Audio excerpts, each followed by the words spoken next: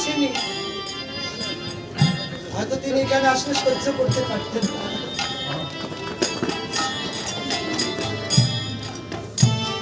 এমন একটি অল্প বয়সে গোবিন্দ দাদা চলে গেছে,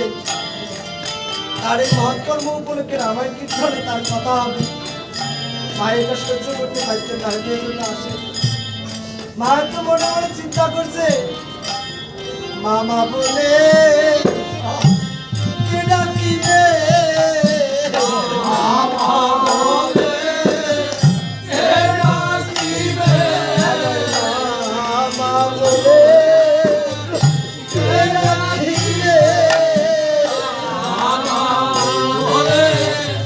কে ডাকিবে, ছেড়ে গেল কর্মের মধ্যে,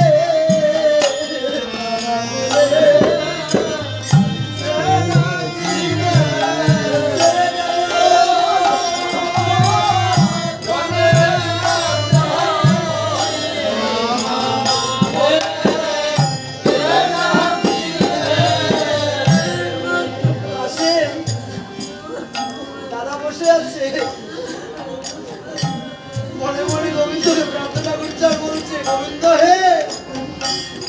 আমার দাদা বলে কে ডাকিবে,